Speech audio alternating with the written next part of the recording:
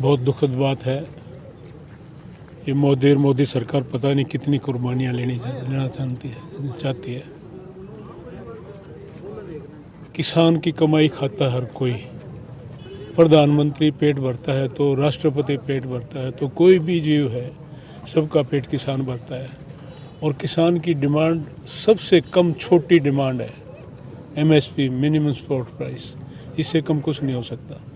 उस बात पे ही सरकार जो आनाकानी करती है।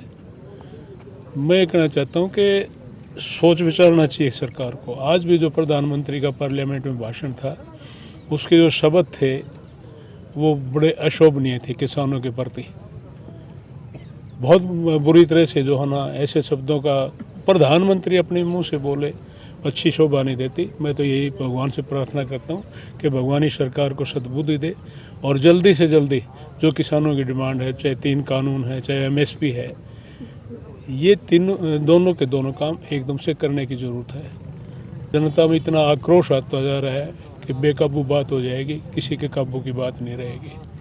तो यही है हमारे जो 200 के करीब हमारे भाई, नौजवान, बुजुर्ग शहीद हुए हैं, जो उन्होंने कुर्बानी दी है, उन सबको हम श्रद्धांजलि अर्पित करते हैं और भगवान से यही प्रार्थना करते हैं कि इस सरकार को सद्बुद्धि दे और जो ये कानून हैं जिस प्रकार से इन्होंने करे हैं, ये वापस लेकर के किसान जो महीनों से सर्दी में, बारिश में इतनी बुरी तरह से अपना जीवन यापन कर रहे हैं, उनको घर आने का अवसर प्रदान करें। मैं ये कहना चाहता हूँ, इस तरह की सादत कभी खाली नहीं जाया करती। समय लगता है, भगवान के घर में देर है, अंधेर नहीं है। मेरे जीवन से मैंने देखा है कि समय तो लग जाता है, लेकिन न्याय हर हालत में भगवान देता है। इन लोगों को पछताना पड़ेगा। आज जो जिस प्रकार से इस अन्नदाता को बेइज्जत करने लग रहे हैं, इनको पछताना पड़ेगा। और लंबा समय नहीं है, बहुत थोड़े समय में इनको पछताना पड़ेगा। क्यों सर? बिकी हुई है पूंजीपतियों के, सीधी बात एक ही है।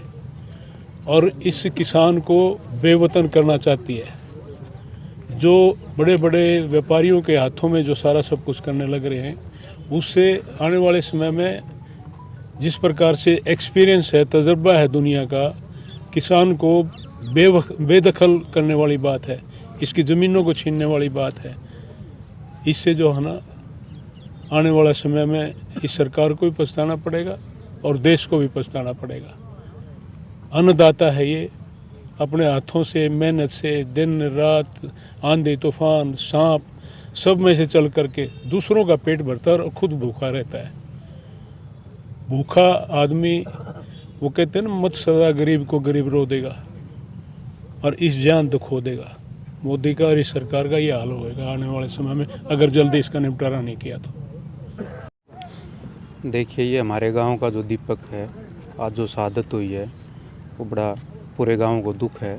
पूरा गांव आज भाई को श्रद्धांजलि देने के लिए आया था और पूरे गांव में दीपक मिलनसार था, सबके सुख दुख का साझा था। पूरा परिवार दीपक पर निर्भर करता था। तो एक बड़ी दुखद घटना है। और सरकार आप देख रहे हो 62 दिन से ऊपर का टाइम हो चुका है। हमारे 200 से ऊपर जवान जो किसान हैं वो शहीद हो चुके हैं। पहले वैदिक बलि दी जाती थी, अब मोदी बलि दी जाती है। तो मैं तो यही कहूँगा सरकार को कि ये देश जो है अन्नदाताओं का देश है, पूरा देश कृषि प्रधान देश है। इसके अन्नदाता अगर इसी तरह से शहादत देते रहे तो फिर ये देश भविष्य में विकट परिस्थितियों में चला जाएगा। तो प्रधानमंत्री जी से और उनकी सरकार से यही अनुरोध है कि किसान की जो समस्याएं हैं, जो 3 कृषि के कानून हैं, उनको तुरंत प्रभाव से वापस ले और इन अन्नदाताओं पर थोड़ा सा तो रहम करे। हमने हिटलर की और दूसरे जो तानाशाह थे उनका इतिहास पढ़ा है। तानाशाह की भी एक समय सीमा होती है। इस आदमी ने तो तानाशाह की सारी सीमाएं लांघ दी। कभी ये हमारे किसानों को पाकिस्तानी बताते हैं, कभी किसी प्रकार का आरोप लगाते हैं, कभी कहते हैं तिरंगे का अपमान किया। आप लोगों ने देखा होगा आज पूरा गांव हर घर से आया था, आस पड़ोस के गांव के भी लोग आए थे। आज उनके हाथों में तिरंगा था। आज भी तिरंगे को सम्मान दिया।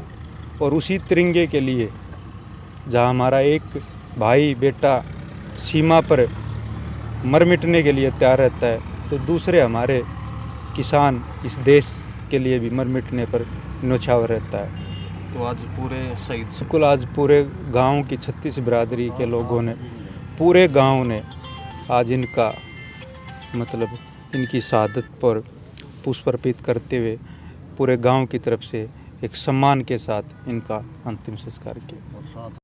दीपक के भाई, मैं दीपक के मामा का लड़का हूँ। तो आपके मेरे को जी अपने भाई दीपक पर बहुत ही गर्व है। उन्होंने किसान आंदोलन में बढ़ चढ़ कर हिस्सा लिया और उन्होंने अपना जो पूर्ण सहयोग जो उसका था अपने साथियों के द्वारा, आप खुद पूरी मेहनत और लगन के द्वारा उसने किसान आंदोलन के अंदर अपनी शहादत के रूप में देकर यह साबित कर दिया कि कोई भी नौजवान साथी पीछे नहीं है।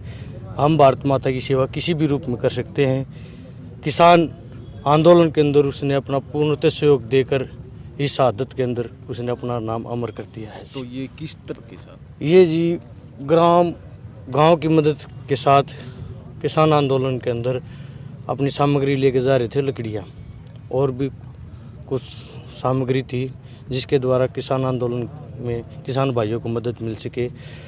और वो लकड़ियाँ उतारते हुए उनके साथ ये हादसा हो गया। तो कितने बच्चे हैं दीपक के? दीपक के जी 2 बच्चे हैं, लड़के? दोनों लड़के हैं जी।